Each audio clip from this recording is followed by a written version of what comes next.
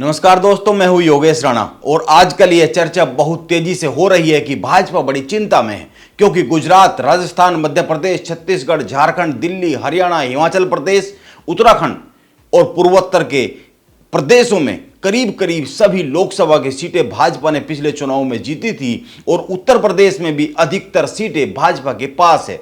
इसीलिए इन प्रदेशों में जब सब कुछ भाजपा के पास है तो इनमें और ज्यादा अधिक सीटें आने की गुंजाइश अभी बचती नहीं है क्योंकि इन प्रदेशों में भाजपा अधिकतम पा चुकी है। इसीलिए कई लोगों का सवाल है कि जहां पर भाजपा को नुकसान की सीधी तस्वीर बन गई है वहां पर भाजपा कैसे इस घाटे को पूरा करेगी।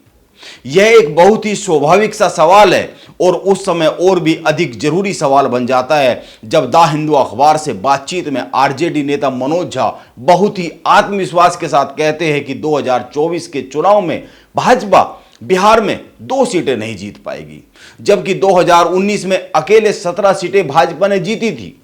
और नीतीश कुमार पार्टी की अंदरूनी बैठक में कहते हैं भाजपा अगर 25 सीटें कम हो जाती है अगर भाजपा की तो भाजपा बहुमत गंवा देगी। और हाल ही में आया आज तक का एक सर्वे भी कहता है कि भाजपा 2024 में बड़ी सीटों का नुकसान उठा सकती है। आखिर इनके इतने आत्मविश्वास की वजह क्या है कि भाजपा की सीटें घट ही रही है? क्या वो जाति आधारित राजनीति है जिसके कैलकुलेशन में भाजपा कमजोर दिख रही है? क्योंकि बिहार और महाराष्ट्र में शिवसेना और जदयू के पास 34 सीटें हैं। लेकिन मेरा मानना है कि आप राजनीति को इस तरह से सीटों में गुणा भाग कर पूरी तरीके से समझ नहीं सकते। मैं 2 उदाहरण पेश करता हूं। 5 अगस्त को कांग्रेस ने देश भर में काले कपड़े पहनकर प्रदर्शन किया और अचानक से कई राजनीतिक पंडित यह कहने लगे कि कांग्रेस में जान आ गई है। लेकिन आप एक काम कीजिए, आप राहुल गांधी के सोशल मीडिया पेज पर चले जाइए। 5 अगस्त के बाद वो कहां पर है? इसके बाद देश में एक बड़ा पर्व आया, रक्षाबंधन। प्रधानमंत्री नरेंद्र मोदी और भाजपा के बड़े नेताओं ने इसे मनाया। प्रधानमंत्री नरेंद्र मोदी ने बच्चियों से राखी बंधवाई और इसका एक संदेश अपने फॉलोअर्स को दिया, वो जारी किया। लेकिन राहुल गांधी ने अपनी कुछ पुरानी तस्वीरें एक कोलाज बनाया और पेश की रक्षाबंधन के लिए और प्रियंका गांधी ने भी उसी कोलाज को अपने सोशल मीडिया पर शेयर किया। यानी कि सीधी भागीदारी, सीधी उपस्थिति इनकी दिखती नहीं है। किसी भी नेता के लिए छोटी से छोटी बात और छोटे से छोटे आयोजन के भी बड़े मायने होते हैं। और दूसरी बात, इस समय पूरे देश में राष्ट्र ध्वज के सम्मान में अभियान चल रहा है। आप अपने आसपास देख सकते हैं, आपको शायद ही कोई ऐसा अपने आसपास घर दिखे जिस पर तिरंगा ना लहरा रहा हो। इसको लेकर पूरी भाजपा एकजुट होकर लगी हुई है। ऐसा नहीं है कि जिस भी घर पर तिरंगा फहरा रहा है वो घर भाजपा का वोट बैंक है, लेकिन इसके बड़े मायने हैं और भाजपा इस राष्ट्रीय पर्व के जरिए भी 2024 की योजना पर है। और मुख्य बिंदु पर आने से पहले एक बात और समझनी चाहिए।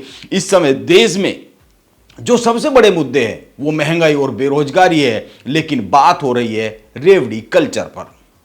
और यह भी समझने वाली बात है कि रेवड़ी कल्चर को सभी राजनीतिक दल बढ़ावा दे रहे हैं। खुद भाजपा ही इस लाइन में खड़ी हुई दिखती है। लेकिन पिछले करीब 1 माह में यह माहौल बन गया है, परसेप्शन बन गया है कि रेवड़ी कल्चर को केवल अरविंद केजरीवाल बढ़ावा दे रहे हैं और मूल मुद्दे महंगाई और बेरोजगारी वो पीछे चले गए हैं। और संदेश ये जा रहा है कि अरविंद केजरीवाल रेवड़ी कल्चर को आगे करके राष्ट्र का बड़ा भारी अहित कर रहे हैं। यानी अरविंद केजरीवाल की रेवड़ी बांटो राजनीति राष्ट्र के खिलाफ है और भाजपा की फ्री में दी जा रही सुविधाएं रेवड़ी बांटो नहीं है, जन कल्याणकारी योजनाएं हैं।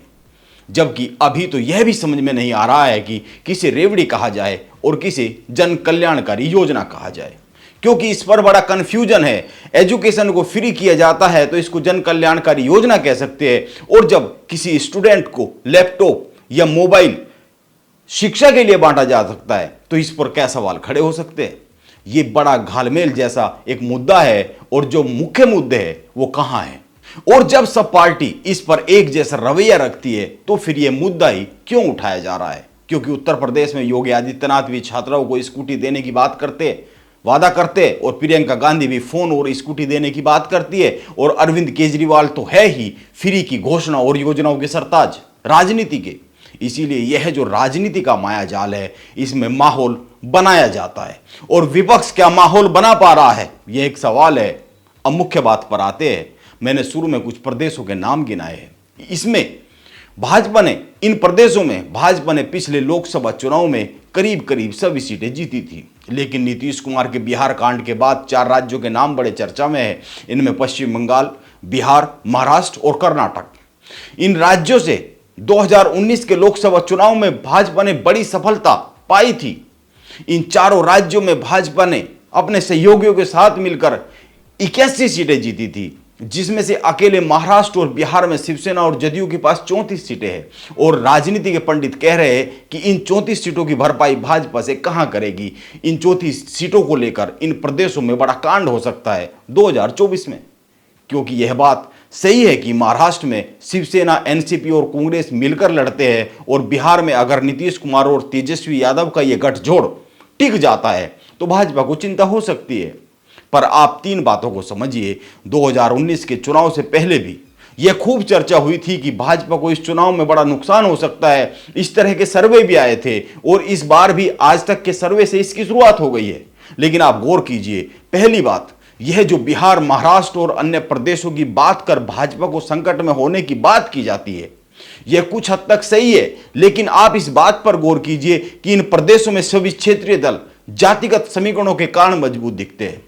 यानी ये जाति आधारित राजनीति करते हैं और भाजपा धर्म आधारित राजनीति करती है।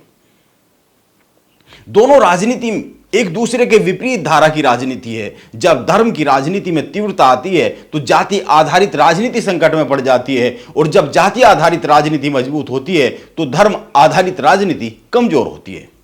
आप इसको इस तरह से भी समझ सकते हैं कि जब देश में जाति आधारित राजनीति का प्रभाव बढ़ा तो क्षेत्रीय दल पनप गए। सपा, जदयू, आरजेडी, बसपा और न जाने कितने दल। लेकिन इससे पहले कांग्रेस इन सब वोट बैंक पर एक समान अधिकार रखती थी। और इसमें तो कोई दो राय नहीं है कि आज भाजपा की धर्म आधारित राजनीति का कोई तोड़ नहीं है और वो बड़ी तीव्रता से राजनीति कर रही है और जाति आधारित राजनीति के सारे समीकरण बदले हुए हैं।